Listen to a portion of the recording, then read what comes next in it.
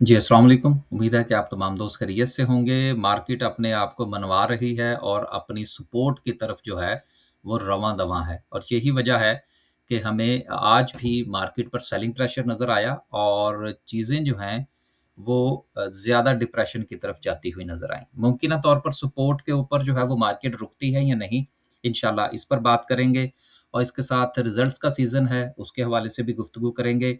हब्को के हवाले से बहुत ज़्यादा मैसेजेस थे जी हब्को पर बात करें, हालाँकि कोई इतना बड़ा मसला नहीं है, लेकिन वो क्या है कि हमारे यहाँ चूँकि दावे बहुत चलते हैं, तो दावों की वजह से जो है बहुत सारे लोग परेशान भी होते हैं। इंशाल्लाह हब्को के ऊपर जो है वो बात करने की कोशिश करेंगे।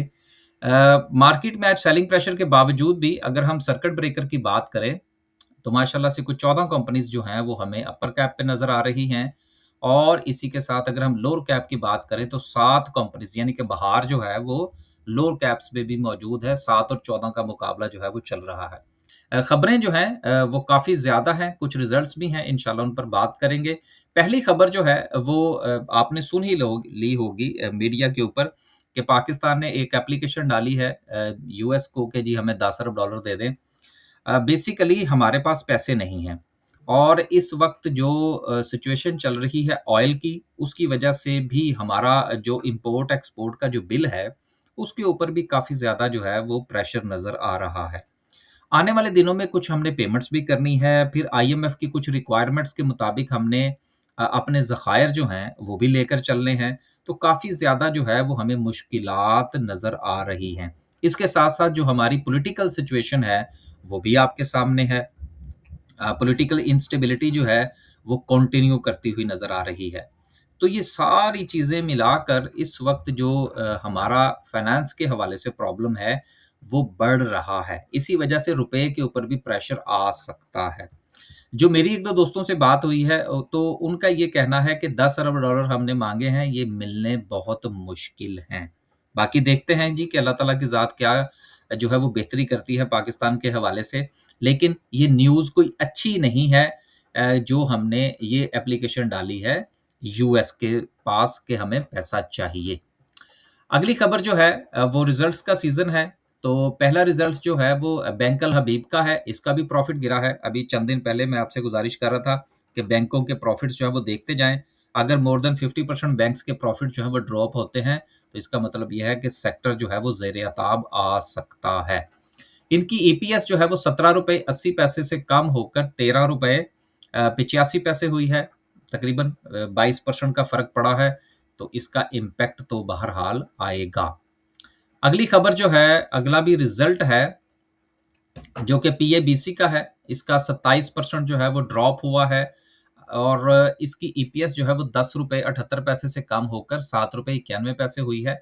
वैसे इस कंपनी के हवाले से मैं आपको एक गुज़ारिश करता चलूँ जितना इस कंपनी के हवाले से इसको मार पड़ी है, मार किसके पॉइंट ऑफ व्यू की बात मैं क्यों कर रहा हूँ?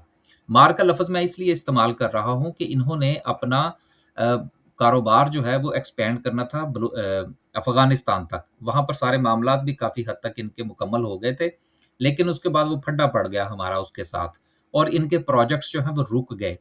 कंपनी बहुत अच्छी है, काम करने वाले लोग हैं आगे देखने वाले लोग हैं और इतने बुरे हालात के बावजूद भी इनकी ईपीएस में ये जो 26% का आपको डिक्लाइन नज़र आ रहा है, मेरे पॉइंट ऑफ व्यू से ये कोई डिक्लाइन नहीं है।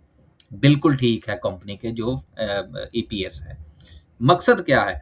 ये जो मैं अक्सर छोटे-छोटे से कमेंट करता हूँ ना कंपनीज़ के हवाले से, ये मेरा एक ज़ाती एक्सपीरियंस होता है। इसका मकसद ये नहीं होता कि अब आप इसके अंदर कूद जाएँ या मैं ये कह दूँगा ये दुनिया की सबसे बेहतरीन कंपनी है और इसके ऊपर स्पेशल वीडियो बन जाए।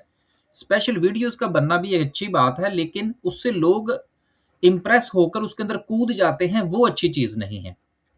इन्फॉर्मेशन को एज़ ए इन्फॉर्मेशन लिया करें, जो उसके अंदर अपना पैसा डालना है हार्ड मनी, वो एक अलग से डिसीज़न होता है यार। उसके ऊपर आपने अलहदा से होमवर्क करके अपना पैसा डालना है। इस तरह से तो आपने देखा होगा सोशल मीडिया के ऊपर मुख्तलिफ कंपनीज़ के मुख्तलिफ नाम होते हैं, जो कि अक्सर औकात हम वीडियो के अंदर दोहराते रहते हैं, लेकिन कंपनी अच्छी है। आगे चलते हैं जी और अगला रिज़ल्ट जो है वो किसका है? वो सांबा बैंक का है।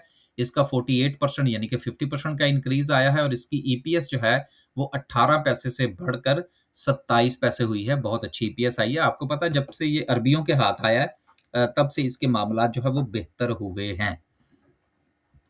अगली खबर जो है वो ग्लोबल रेजिडेंसी का रीट का रिजल्ट है।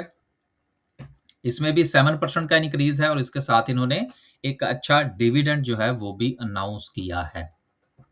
आगे चलते हैं जी, और अगली खबर जो है वो अगेन हुकूमत जो है वो मजीद 144 बिलियन जो है वो पीएसएक्स इन्वेस्टर्स से जो है वो लेना चाह रही है एज ए कर्ज सुकूक के तौर पर। और आपको पता है कि सुकूक जो है ये एक मनी मार्केट का इंस्ट्रूमेंट है, जिसमें आपको एक प्रॉपर प्रॉफिट मिलता है और इसके हवाले से ये कहा जाता है कि जी ये इस्लामिक है। तो जो दोस्त अब आप इसमें इंटरेस्टेड हैं वो भी यकीनन अपना पैसा इसमें डाल सकते हैं। लास्ट में डिस्कस करते हैं जी आज की कैंडल को डिस्कस करने से पहले हबको का चार्ट आपके साथ डिस्कस कर लिया जाए। हबको के हवाले से पिछले दिनों एक न्यूज भी आई और न्यूज के बाद ये गिरा और फिर उसके बाद इसकी सिचुएशन जो है वो अभी तक कंटिन्यू कर रही है, क्योंकि एक चीज होती है इट्स सेल्फ कंपनी का पॉजिटिव या नेगेटिव होना, एक होता है पूरी मार्केट का सेंटिमेंट। ये जो मैं अक्सर आपसे गुजारिश करता हूं ना कि अच्छे वक्त में अगर आप बुरा शेयर भी खरीद लेंगे तो वो आपको कुछ ना कुछ दे के ही जाएगा, लेकिन बुरे वक्त में अगर आप अच्छा शेयर भी खरीद लेंगे तो आपको वक्ती तौर पर जो है वो परेशानी का सामना करना पड़ेगा। यही चीजें हैं जिनको आपने अंडरस्टैंड करना है। हबको के हवाले से जो सिचुएशन है इस वक्त, हमारी नजर जो थी वो दो लेवल्स के ऊपर थी, जिसके ऊपर नजर रखना जो था वो बहुत जरूरी था। नंबर एक, इसकी एक सपोर्ट थी जो कि आज जो है वो इसने एग्जैक्टली ब्रेक करने की कोशिश की है लेकिन अभी तक ब्रेक नहीं की।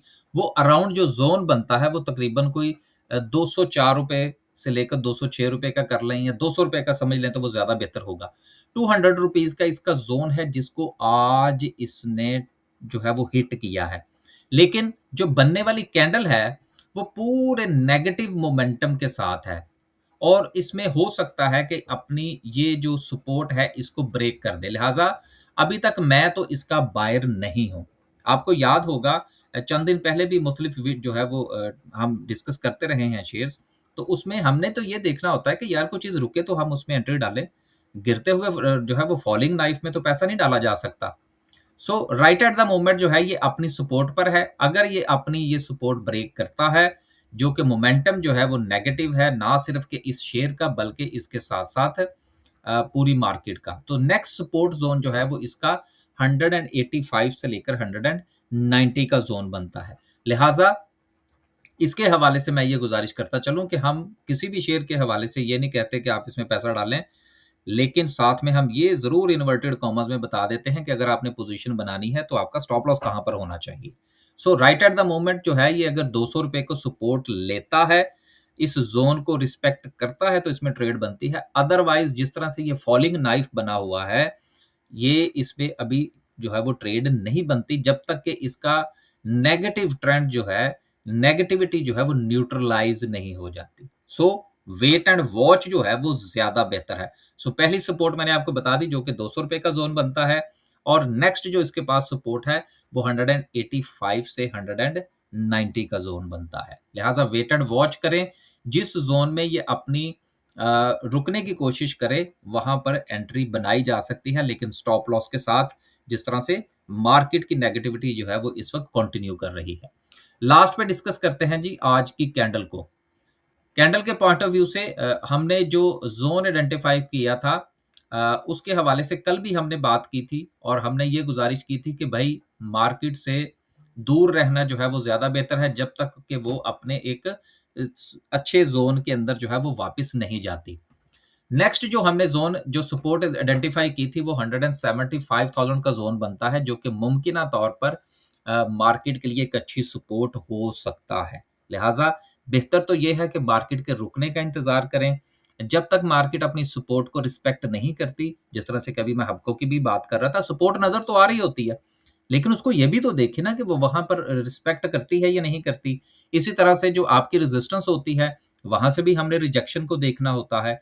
जब तक ये दोनों चीजें आप साथ में लेकर नहीं चलेंगे, चार पैसे मार्केट में नहीं बनेंगे। सो राइट एट द मोमेंट जो जोन हमने कल आइडेंटिफाई किया था आज भी वही है, उसमें किसी किस्म की कोई तब्दीली नहीं है। बस जी, आज के लिए सिर्फ़ इतना ही। खुश रहें, आबाद रहें, अपने पोर्टफ़ोलियो का ख़्याल रखें और अपनी स्ट्रैटेजी ज़रूर बनाइए। लास्ट पे अक्सर मैं भूल जाता हूँ कि चैनल जो है उसको ज़रूर सब्सक्राइब करें, हमारी भी कोई सब्सक्रिप्शन जो है वो थोड़ी-सी बेहतर हो जाए। इजाज़त दीजिए जी। अल्लाह हाफ़िज़।